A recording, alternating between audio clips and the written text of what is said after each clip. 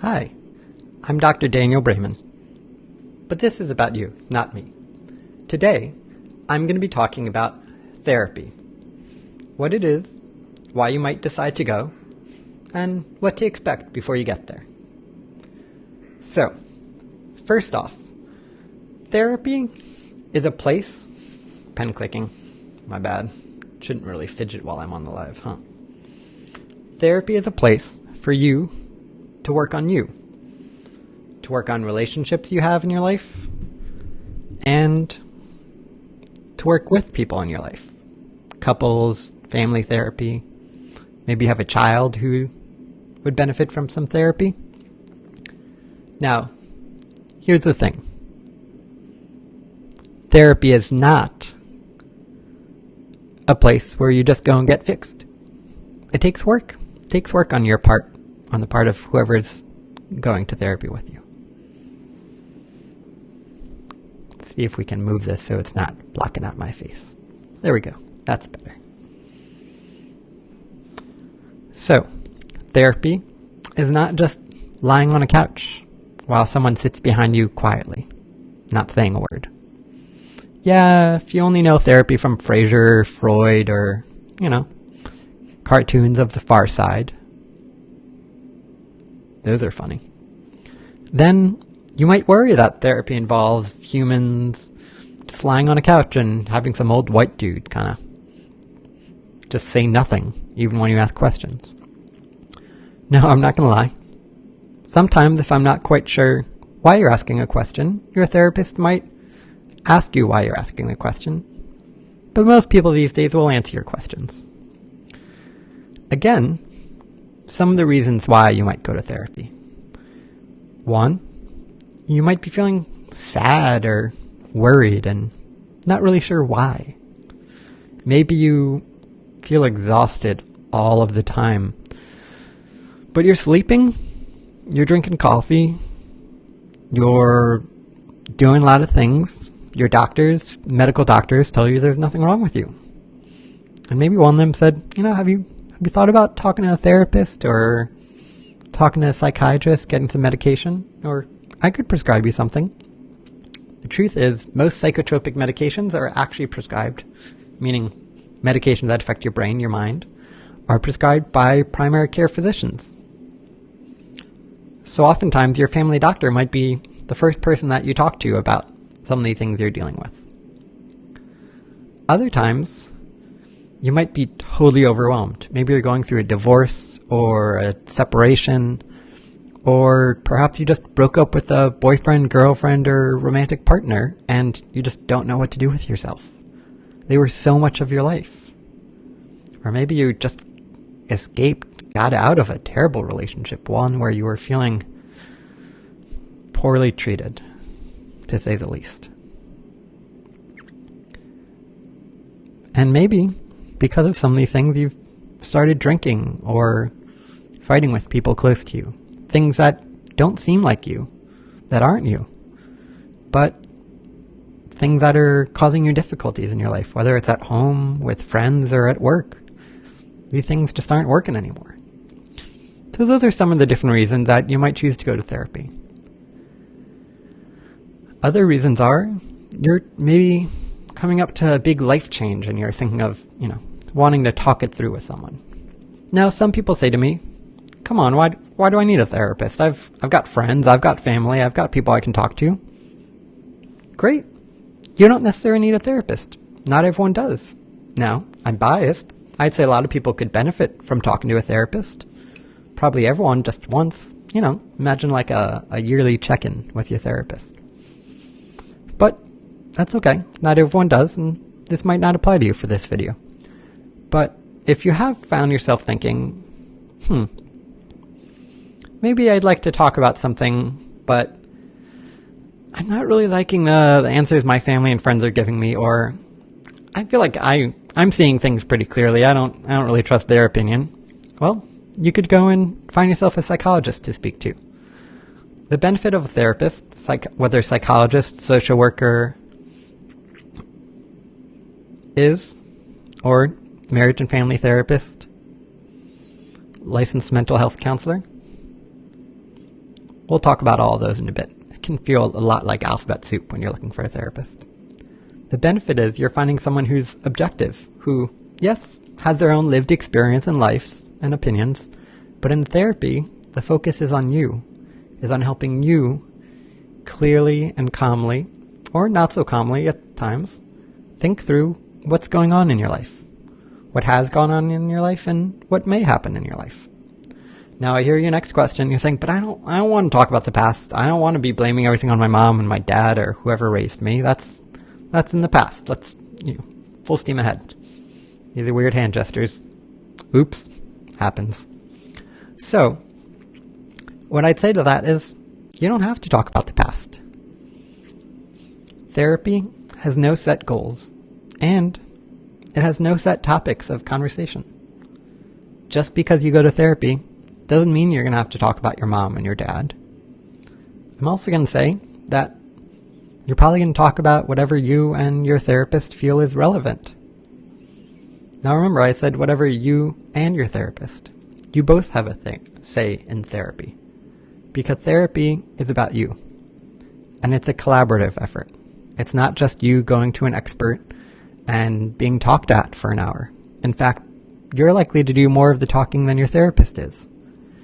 In the initial sessions, it's common for a therapist to ask more questions, be a bit more active, but not everyone. Some therapists, if they're more classically trained or psychodynamic or psychoanalytic, may, even early on, kind of have you guide the way. And there may be kind of subtle nudges here or there, or asking more in-depth questions about a certain topic you bring up. Other than that, the topics are up to you. Now, if you're seeing a therapist who is going to help you with a very specific problem, for instance, OCD, panic disorder, a phobia, if you're afraid of spiders and it's really impacting your life, or you're afraid of medical care and you just need to talk to someone, but you'd like someone cognitive behavioral, which means a more structured approach to exploring your, pardon me for bumping the microphone, your thoughts, your feelings, and your behaviors and how those three interact. Then you might want someone who advertises that they work through CBT, which is cognitive behavioral therapy.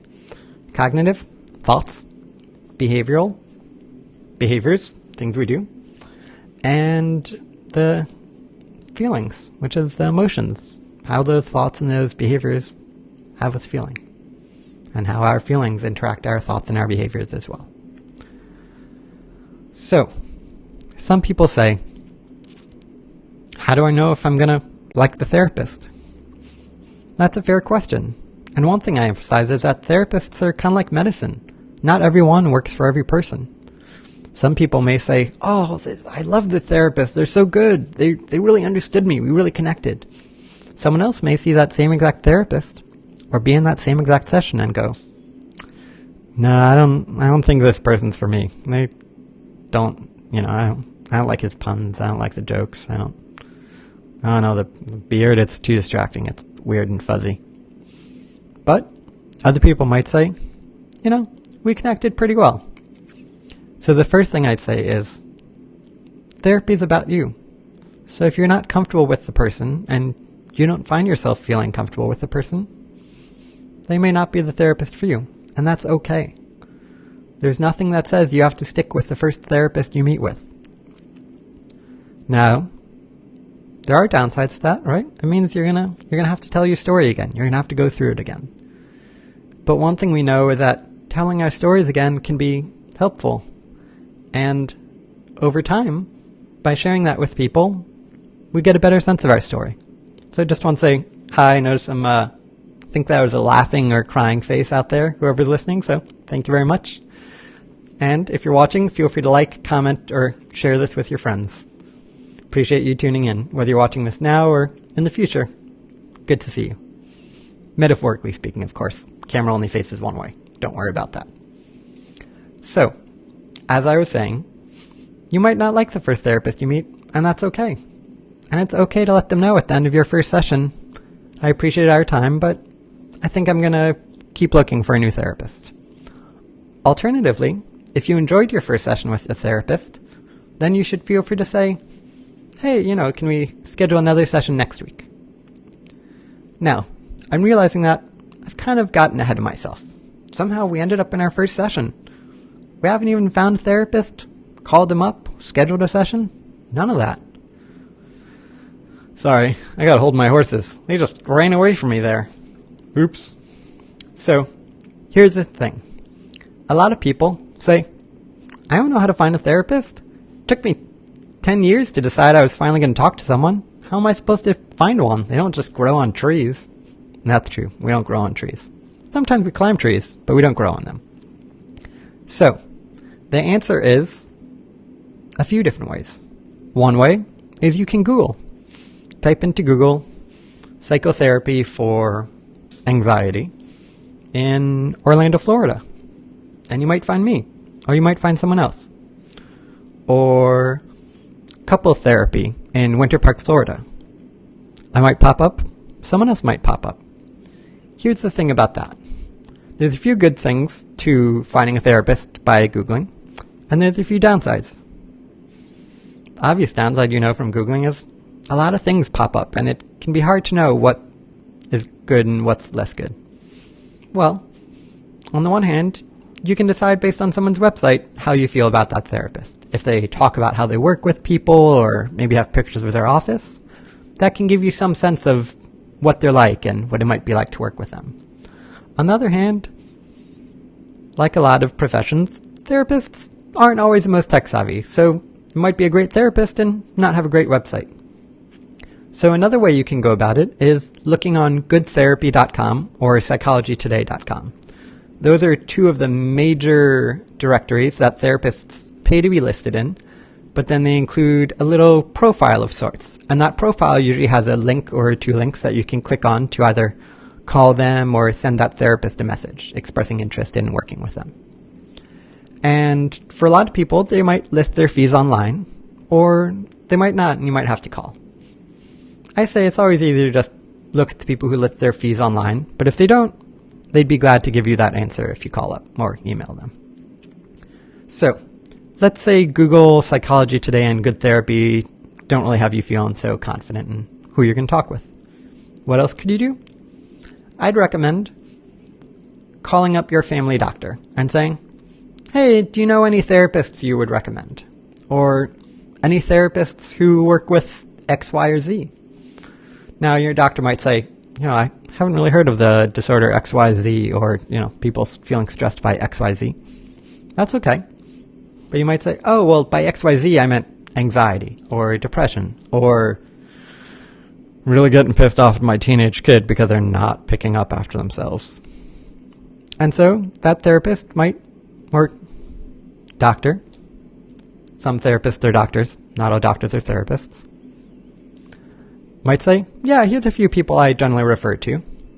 Other possibilities is if you're a member of a religious organization, church, synagogue, mosque, temple, you could ask some of the people there. Some of the clergy may have therapists that they often refer to. The one thing I'd say is whatever therapist you go to, make sure that they're licensed. What that means is they have an ethics board who holds them accountable for the work they do. And that's important because it makes sure that you're getting quality care and that if something doesn't feel right to you, there's a way for you to hold them accountable as well. Now, that's for serious things. If you feel extremely uncomfortable or you're concerned about, if they ask you to pay them in gift cards, that's a little unusual.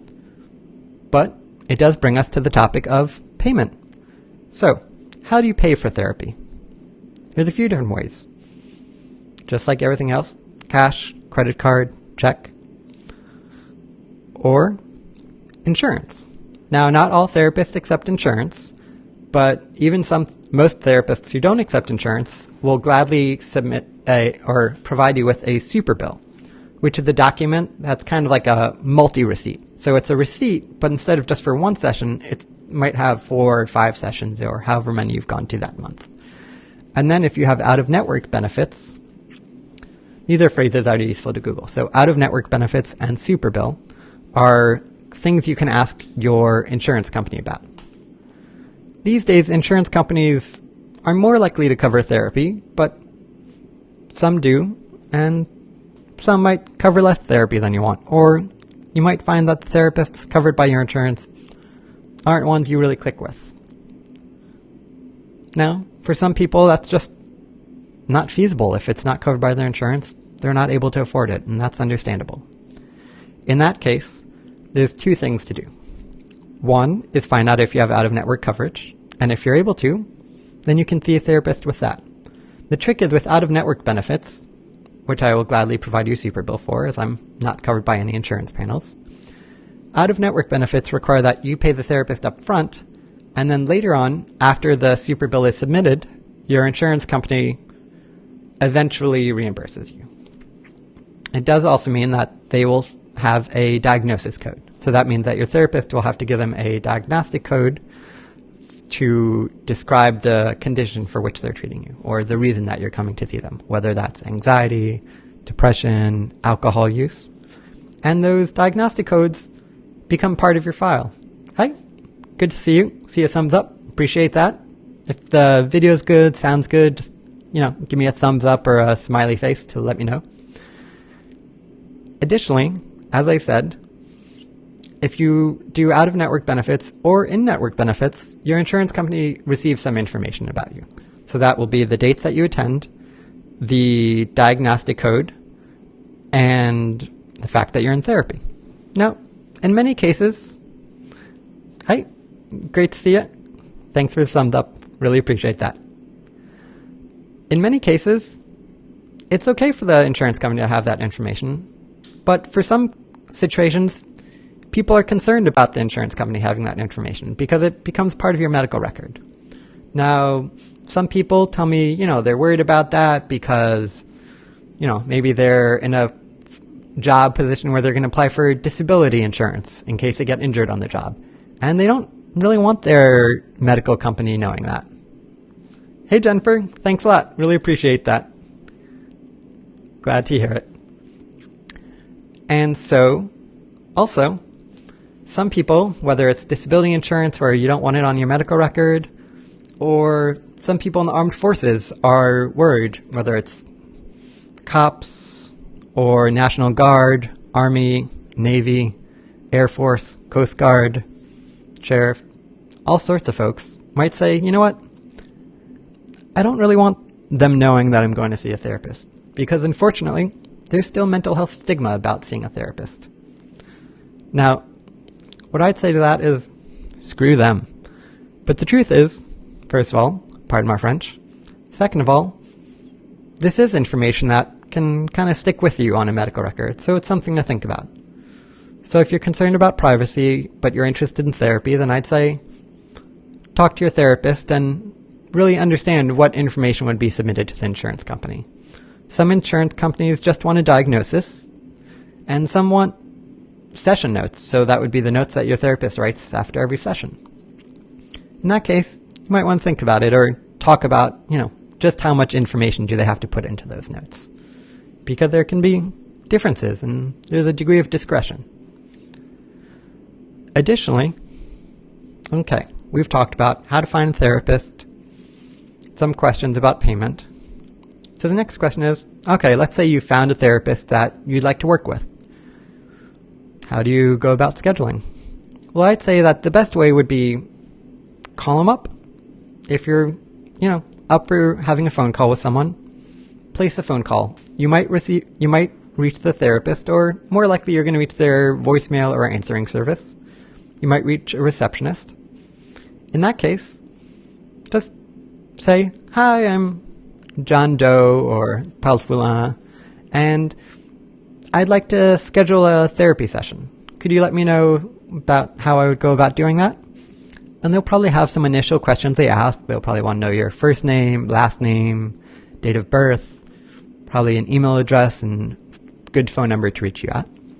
They may say, great, we can fit you in at this time, Or if it's an office where there's more than one therapist, they might say, were you calling about someone specific, or are you just looking for the first available appointment?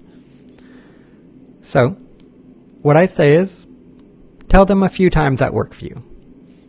You don't necessarily want to go, ping pong back and forth forever and ever, but if you have some times that definitely work for you to visit with a therapist and sometimes that don't, just let them know that. There's nothing wrong with that. There's no question that you shouldn't feel comfortable asking at the beginning. And at the very least, there's no question that you can't ask if you'd like to.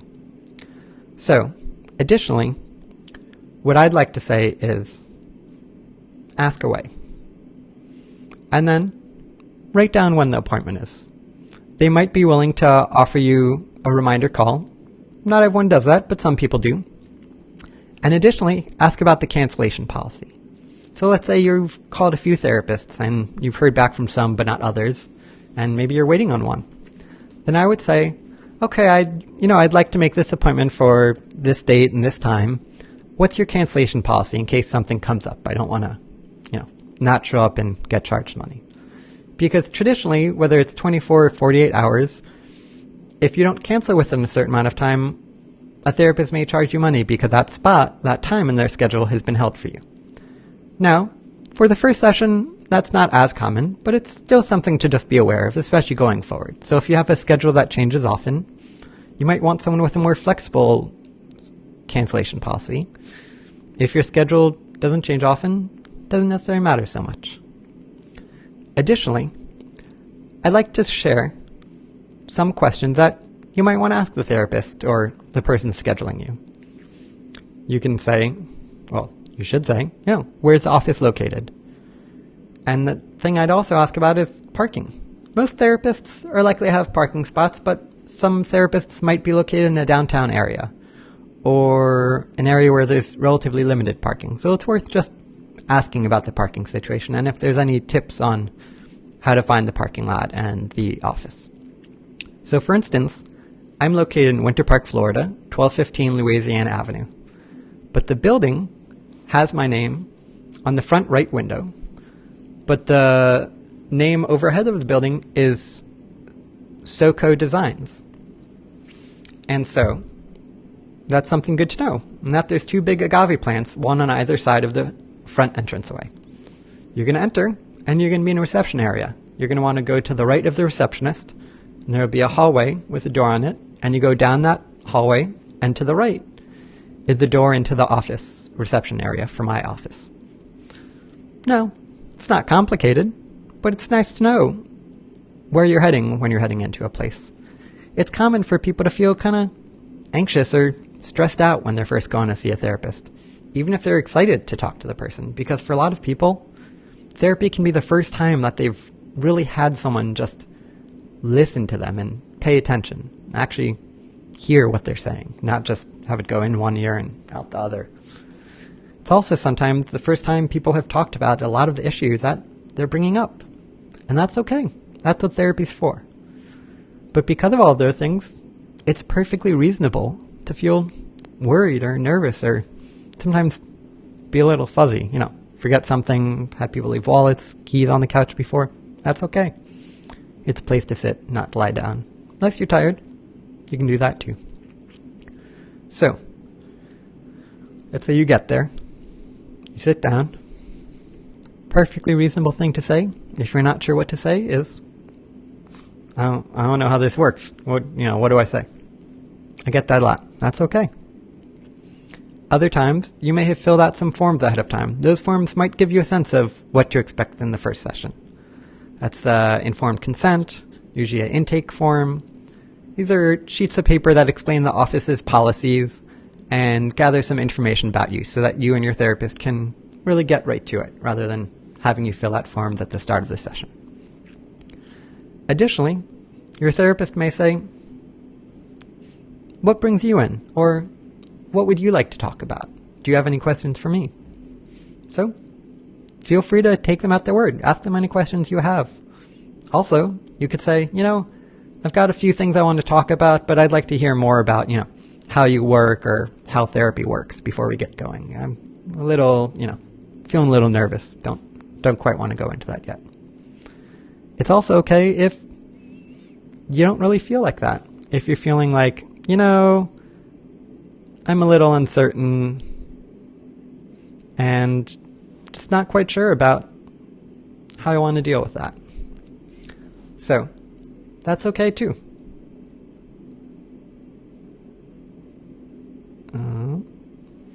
So I managed to toss up a comment, and now I'm not sure how to get rid of it. Oh, there it is. Ta-da! Thanks for commenting, folks. As I was saying, it's okay to say whatever you want to your therapist. Especially that first session, you're getting to know them, they're getting to know you. That's common. It's understandable. You might be nervous, you might be unsure, or you might have some really specific questions you have, like how they work, if they've ever worked with anyone who faces your problems before, or who looks like you before. In a lot of parts of the country, people might struggle to find someone who looks like them or has their life experience or their identity, and that's an understandable question to ask. Okay, so we're going to wrap up shortly. If anyone has any questions for me, feel free to post them in the comments and I'll be able to answer them. If there's no comments, then probably wrap up shortly. It's been good talking to everyone today. And I hope this has been a helpful kind of introduction to therapy and what you can expect. So just for the last couple minutes, I'll talk about some of the things you might discuss in therapy. So that first session, your therapist will probably ask you, have you ever been to therapy before? If you have, okay. They might ask you about what that was like for you, when that was, what worked for you, what didn't work for you. Other questions might be, why now? Right? So we've all lived lives. We haven't all gone to therapy every day of our life. So what brings you into therapy now? Why not, 2 years ago or 1 year ago or yesterday? Or they might say, I've got a kind of a list of questions I'll go through, kind of help to diagnose, and they may have a kind of a structured interview of sorts that they might ask you, depending. Some people might have something like that. Additionally, they might just say, we're just going to talk about whatever you'd like today. Another thing to be aware for therapy is it's not uncommon, not everyone does it, but a lot of people do, to maybe have some sort of assignment or something discussed at the end of a session, or a weekly goal. In that case, probably want to write that down or, make a little note to yourself on your phone. One thing I like to suggest to clients is that they can set themselves a reminder about their goals so that they can remember them later in the week. So, that's all for today, folks. Again, I'm Dr. Daniel Brayman. You can reach me at drbrayman.com. That's DOCTORBRAMAN.com or facebook.com/drbrayman. Thank you so much, and I hope you have a great day and a great rest of your week.